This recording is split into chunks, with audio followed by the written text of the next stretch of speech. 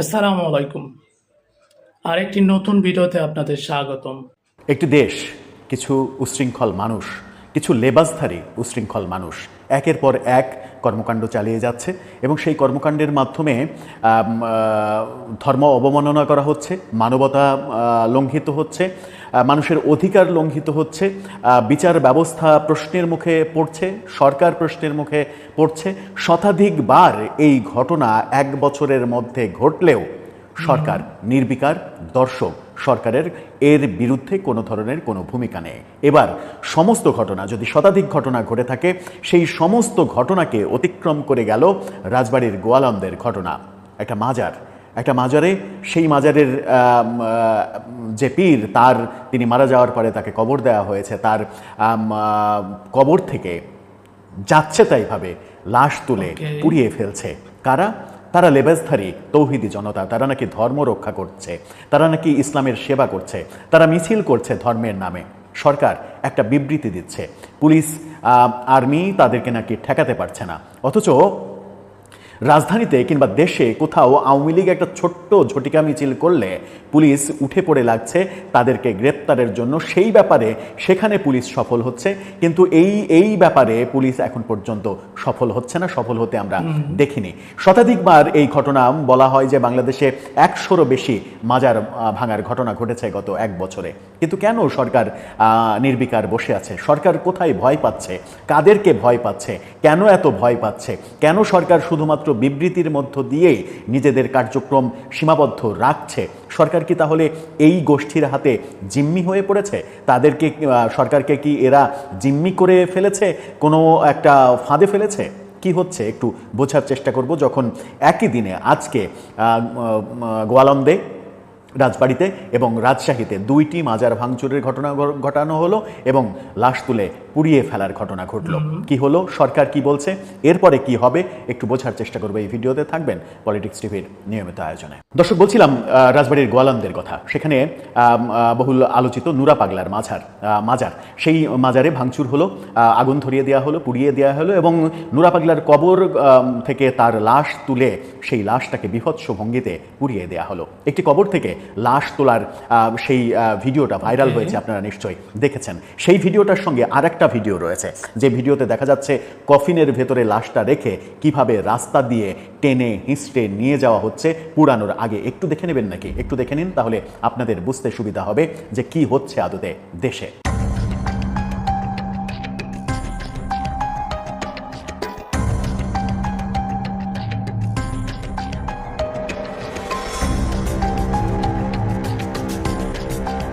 দর্শক, তারা এই লাশটা নিয়ে যখন রাস্তায় টানছিল, টেনে টেনে নিয়ে যাচ্ছিল, তখন তারা মিছিল করছে, নারায়ে তাকবীর, আল্লাহু আকবার, দুনিয়ার মুসলিম এক হও, এক হও। কোন মুসলিমকে এক হতে বলে এরা? সেটা একটা বড় প্রশ্ন। এটা কোনোভাবেই কি মুসলমানের কাজ হওয়ার কথা যে কবর থেকে আরেকজন মুসলমানের লাশ তুলে সেটাকে অবমাননা করে লাথিয়ে ঝেঁটিয়ে এবং সেটাকে প্রকাশ্যে আগুন জ্বালিয়ে পুড়িয়ে দেয়া? এটা কি ধর্মের মধ্যে পড়ে? ধরে না, আমি ধর্মকে বাদ দিলাম, একেবারে মুসলমান, হিন্দু, খ্রিস্টান, বৌদ্ধ সব বাদ দিলাম। এটা কি মানবতার মধ্যে পড়ে?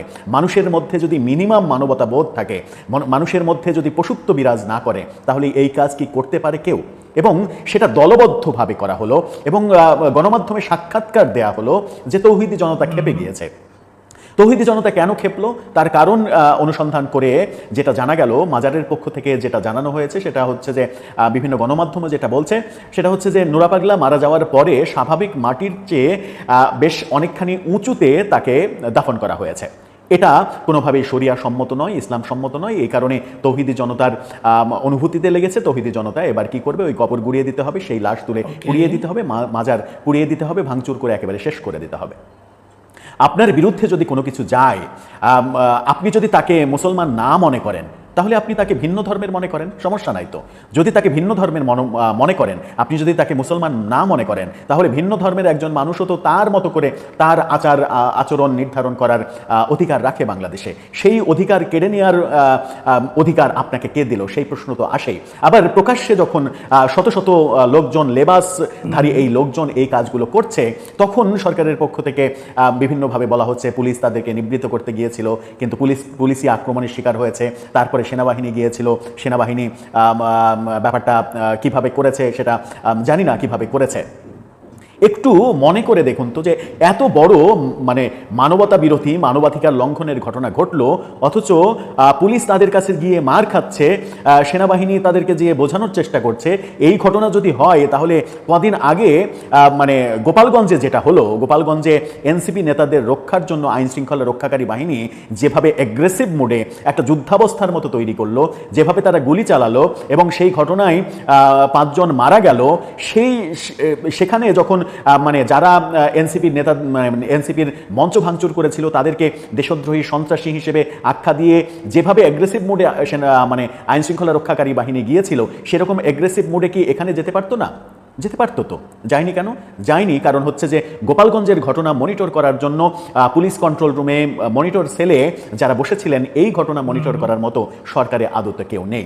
ওখানে রাজনীতি ছিল, ওখানে রাজনৈতিক স্বার্থ জড়িত ছিল, সেই কারণে ওই ব্যাপারটা মনিটরিং করা হয়েছে। কিন্তু এখানে যেহেতু রাজনীতি নেই, এখানে রাজনৈতিক স্বার্থ নেই, এখানে সরকারের কোনো উপদেষ্টাদের স্বার্থ জড়িত নেই, সেই কারণে এই ব্যাপারটাকে মনিটরিং করা হচ্ছে না। অথচ দেশ গোল্লায় যাচ্ছে, একের পর এক ঘটনা ঘটছে। সরকার বিবৃতি দিয়ে জানিয়েছে এই ঘটনার সঙ্গে জড়িত যারা, তারা নাকি কোনোভাবেই রক্ষা পাবে না। এটা নিয়ে গণমাধ্যমেও খবর হয়েছে। গণমাধ্যমের শিরোনামটা সহ সরকারের বিবৃতিটা আপনারা দেখে নিতে পারেন। গণমাধ্যম বলছে, কালের কণ্ঠ যেভাবে ফটোকার্ড তৈরি করেছে, তারা বলছে নুরাল পাগলার মরদেহ পুড়িয়ে দেওয়ার ঘটনা অমানবিক ও ঘৃণ্য।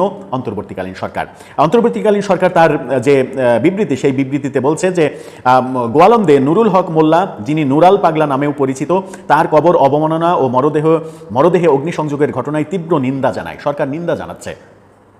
এই অমানবিক ও ঘৃণ্য কাজটি আমাদের মূল্যবোধ, আমাদের আইন এবং একটি ন্যায়ভিত্তিক ও সভ্য সমাজের মৌলিক ভিত্তির উপরে সরাসরি আঘাত। সুন্দর কথা। এই ধরনের বর্বরতা কোনো অবস্থাতেই সহ্য করা হবে না। অন্তর্বর্তীকালীন সরকার আইনের শাসন সমুন্নত রাখতে এবং প্রতিটি মানুষের জীবনের পবিত্রতা জীবদ্দশা এবং মৃত্যুর পরেও রক্ষা করতে প্রতিশ্রুতিবদ্ধ।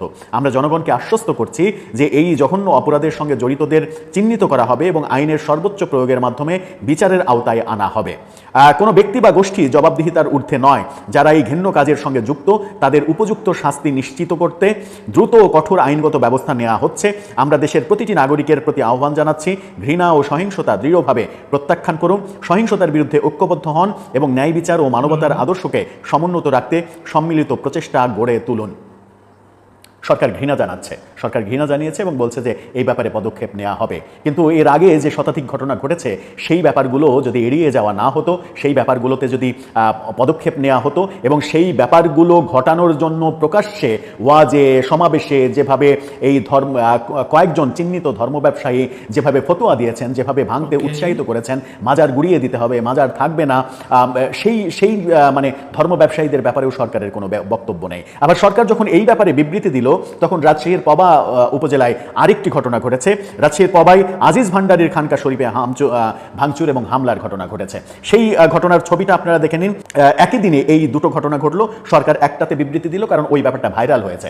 রাজশাহীর ব্যাপারটা যেহেতু ভাইরাল হয়নি, সরকার এইটাতে বিবৃতি দেয়নি এই ব্যাপারে কিছু। এবং সেখান থেকে মাজারের লোকজন সরাসরি অভিযোগ করছে, সেখানে পুলিশ উপস্থিত থাকা সত্ত্বেও পুলিশ এই ভাঙচুর যারা করেছে তাদের বিরুদ্ধে কোনো ব্যবস্থা নেয়নি। রাজশাহীর স্থানীয় একটা অনলাইন গণমাধ্যম বাংলার কথা, তারা যেটা বলতে চাচ্ছে সেটা হচ্ছে যে জুম্মার নামাজের পরে পবা উপজেলার বড়গাছি ইউনিয়নের পানিশাইল চন্দ্রপুকুর গ্রামে এই ঘটনা ঘটে। খানকার পীর আজিজুল ইসলাম জানিয়েছেন, প্রত্যেক বছর ঈদে মিলাদুন্নবী উপলক্ষে খানকা শরীফের পক্ষ থেকে 3 দিনের আয়োজন করা হয়। শুক্রবার আয়োজনের প্রথম দিন ছিল, তবে জুম্মার নামাজের পর জামাত ও বিএনপির লোকজন স্থানীয় গ্রামবাসীকে উস্কে দিয়ে খানকা শরীফে হামলা চালিয়ে খানকা শরীফ ভাঙচুর করে বলে তিনি অভিযোগ করেন। আজিজুল ইসলামের দাবি, পুলিশের অনুমতি নিয়েই তারা আয়োজন করেছিল। ওসি সহ পুলিশের উপস্থিতিতেই খানকা শরীফে হামলা করা হলেও পুলিশ কোনো ব্যবস্থা নেয়নি। পবা থানার ওসিকে একাধিকবার ফোন করা হলেও তিনি ফোন না ধরায় পুলিশের বক্তব্য জানা যায়নি বলে এই গণমাধ্যম জানানোর চেষ্টা করছে। ব্যাপারটা বোঝা গেল, ব্যাপারটা ক্লিয়ার হলো। যতই তৌহিদি জনতার মানে লেবাসে কিংবা ব্যানারে ঘটনা ঘটুক না কেন, এর সঙ্গে যাদের ক্ষমতা রয়েছে, যারা সমাজে ক্ষমতাশালী, তাদের যে এক ধরনের সহযোগিতা রয়েছে, পৃষ্ঠপোষকতা রয়েছে, এটা তো বোঝাই যায়। এটা দিনের আলোর মতো স্পষ্ট। এই দিনের আলোর মতো স্পষ্ট ব্যাপারে সরকার এখনই যদি সচেতন না হয়, মেঘে মেঘে বেলা অনেক গড়িয়ে গেছে, বেলা গড়িয়ে যাওয়ার পরেও যদি সরকারের সচেতনতা না আসে, সরকার যদি এই ব্যাপারে কোনো পদক্ষেপ না নেয়, সরকার যদি এই ব্যাপারে জিরো টলারেন্সে না যায়, সরকার যদি এই হামলাকারীদের মানে কি বলে মুসলিম ধর্ম কিংবা ইসলামকে রক্ষা করছে এই ম্যান্ডেট দিয়ে দেয় যে তারা ইসলাম রক্ষার্থে এটা করছে, তাহলে আমার মনে হয় যে এদের হাত দিয়ে ইসলামের চরম সংকট নেমে আসবে বাংলাদেশে। এটা কখনো ইসলাম হতে পারে না।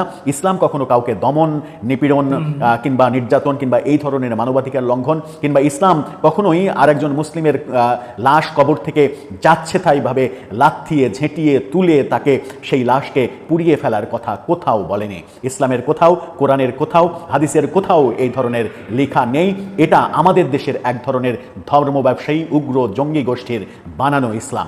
এই ইসলামকে প্রতিষ্ঠিত হতে দিলে সরকার ইসলাম বিরোধী কর্মকাণ্ডে লিপ্ত বলেই ধরে নেওয়া হবে। এখন দেখার ব্যাপার যে সরকার এই ব্যাপারে শেষ পর্যন্ত লাশ পুড়িয়ে দেওয়ার ঘটনা যখন ঘটল, একের পর এক ছাড় দিতে দিতে দিতে দিতে এরা এই পর্যায়ে যখন চলে গেল, তখন সরকার কি ব্যবস্থা নেয় সেটাই আমরা দেখব, সেটাই দেখার বিষয়। অন্তত ইসলামকে রক্ষা করতে হলেও, অন্তত ইসলামের অবমাননা ঠেকাতে হলেও আমার মনে হয় যে এই ব্যাপারে সোচ্চার হওয়া উচিত সকলের। দেখা যাক, সরকার যেহেতু আশ্বস্ত করেছে, সরকার নিশ্চয়ই ভালো যেটা হয় সেটাই পদক্ষেপ নেবে। দর্শক, আপনার কি মনে হয়, কোন দিকে যাচ্ছি আমরা সত্যিই কি মনুষ্যত্ব হারিয়ে ফেললাম? আপনার মতামত জানিয়ে লিখতে পারেন আমাদের কমেন্ট বক্স। ভিডিওটি ভালো লাগলে একটি লাইক দিয়ে আপনার বন্ধুর সাথে শেয়ার করতে পারেন। সেই সাথে আপনার গুরুত্বপূর্ণ মতামত আমাদের কমেন্ট বক্সে জানিয়ে দিতে পারেন। আর আপনি যদি এই পেজে নতুন হয়ে থাকেন তাহলে পেজটিকে ফলো করে রাখতে পারেন, এবং ইউটিউব থেকে দেখলে চ্যানেলটি সাবস্ক্রাইব করে রাখতে পারেন। এখনকার জন্য এই পর্যন্ত। ভালো থাকবেন। আল্লাহ হাফেজ। আসসালামু আলাইকুম।